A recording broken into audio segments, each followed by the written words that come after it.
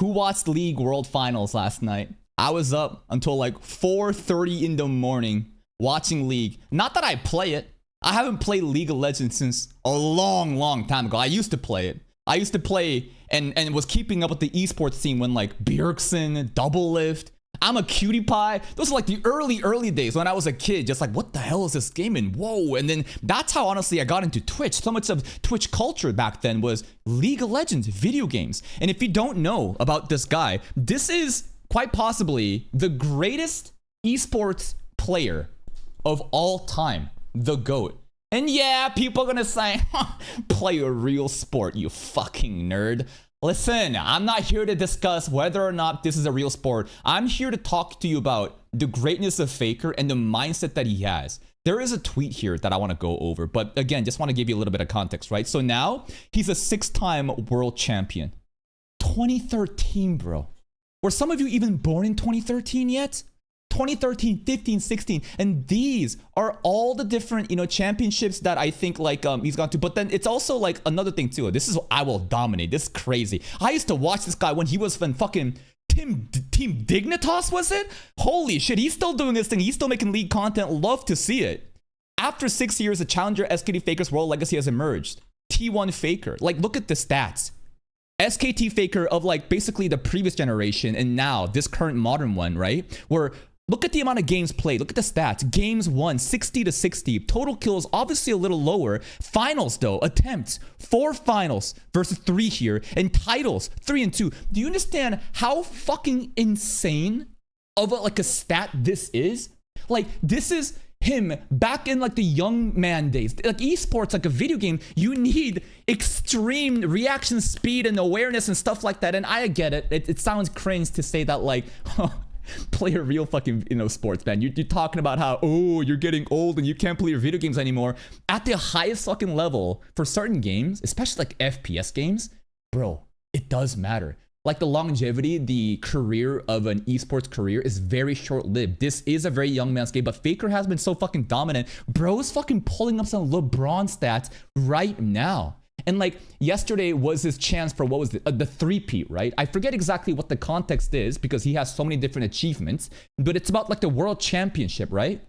And how he is the only person to literally get a fucking three-peat. People are lucky to even get to worlds. People are lucky to even make it out of pools and to enter the main bracket. People are lucky to maybe make the fucking semifinals or the finals. To win something is insane. It's like a once in a lifetime feat. This guy has pulled up to basically every goddamn world and he has a three-peat now. You understand how fucking crazy that is? And upon all the glazing, what is the mindset that allows a man to be here? It's not just the mindset. I think that he is truly just fundamentally structured uniquely, built different.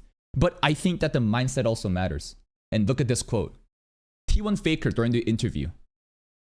I didn't win for anyone in particular. I just believe victory came to me along the path I was destined to walk. What the fuck? Yo, who wrote the script?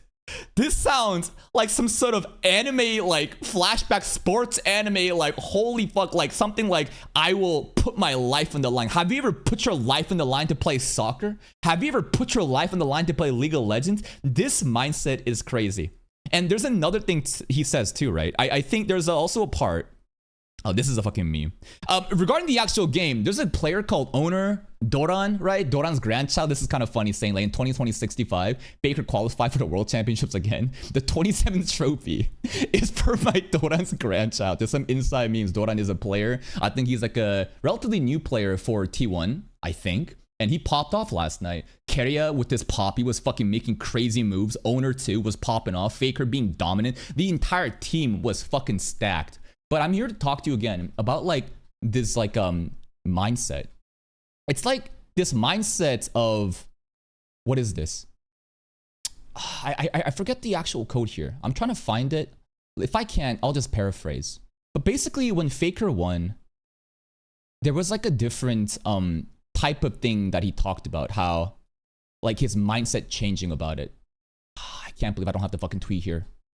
But basically it's this, okay? So beyond, this philosophical mindset. It's basically this. He talks about how because there was such a heavy narrative, on will Faker achieve the three-peat or not. That is gonna get to you.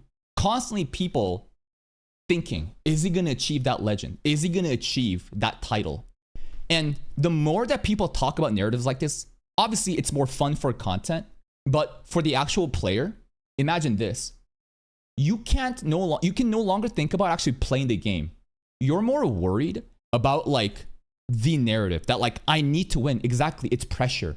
There's expectations on the line, and for you to deliver your legacy, you know, you're the GOAT, right? You need to do it. So to have that shit in the back of your mind, it poisons you. And Faker said at the end of the game in an interview, he says, now it feels like a weight has been lifted, or I don't care about the outcome anymore, right? Now that this narrative driven outcomes are gone, I don't have to worry about that, and I can just focus on the game. I'm appreciative of the fans that came out to support me, and then now I can just lock in and play the game for what it is and have fun. The sportsmanship is crazy, and this mentality is so fucking important, not just in terms of esports and winning titles, not in terms of what I'm about to say with my personal YouTube stuff, but you guys too. It's basically this. The moment that you are driven for an outcome-based goal, I think that there are goods, but also cons that comes with it, like anything. The more that you're fixated, like for me, what is it? I don't know, get 100K subscribers to get that plaque, a certain measurement and a metric of like, I want to hit 2 million views per month, like consistently. But the more that you focus on that, the more it deludes you, it rots your brain. Because what got me here is having fun, right? What got me here is having fun and making enjoyable content that my audience can resonate with. But you can't just always succeed. There's gonna be ups and downs. And when you have ups and downs, the failures and the not successful moments, it's gonna wane on you of like, come on, bro, you said you're gonna hit this goal. What's going on? And then now every time, let's say I'm making a video or whatever goal that you have, it's gonna be in the back of your head. You can't lock in and perform anymore. You're so concerned about that fucking outcome that it now negatively impacts your productivity in whatever task you're doing. So the lesson here is outcome-based goals, I think, are important. I think you do need to have a certain quantifiable metric to keep you accountable, right? You can't just lose progress and not care about it. That's when you just kind of go in circles. But while it's important to establish a goal and to work towards it, you can't constantly obsess about the L's you take on that way. You need to basically set that goal and have a realistic expectation, and once things are going bad, forget about that shit. Lock in and focus on what got you there in the first place. Having fun, making good content, doing whatever you need to do to get here. That's what got you here. And now that you see the numbers dwindling or whatever, that rots your brain. So you have to shut that stuff off. And it is such a hard thing to do though, right? Because so many people, I think, especially like content creation too, and I'm sure like esports players too, their worth is attached to their performance, right? Their worth is attached to what placing did you get? How many views did you get, right? And those metrics are important, but it can be excessive. It can get so toxic that it deludes you, rots you, and now you cannot lock in again and deliver the content or the output that got you here in the first place. So it's like every day you just have to like be aware and not like, I guess, kind of like go into what's it called? Go into like autopilot. It's so easy to just kind of get lost in the sauce in that. Anyways, there's some other memes. I was just going over to the random stuff, but man, it's actually crazy, like Riot's production value. I watched the entrance ceremony last night too, and like, oh my god, the songs were just so fucking peak. It truly goes to show that Riot, like, they know what the fuck they're doing in terms of like production value, showing great, like, straight up better than Super Bowl halftime show. And even like shows like Arcane, right? It's so fucking good.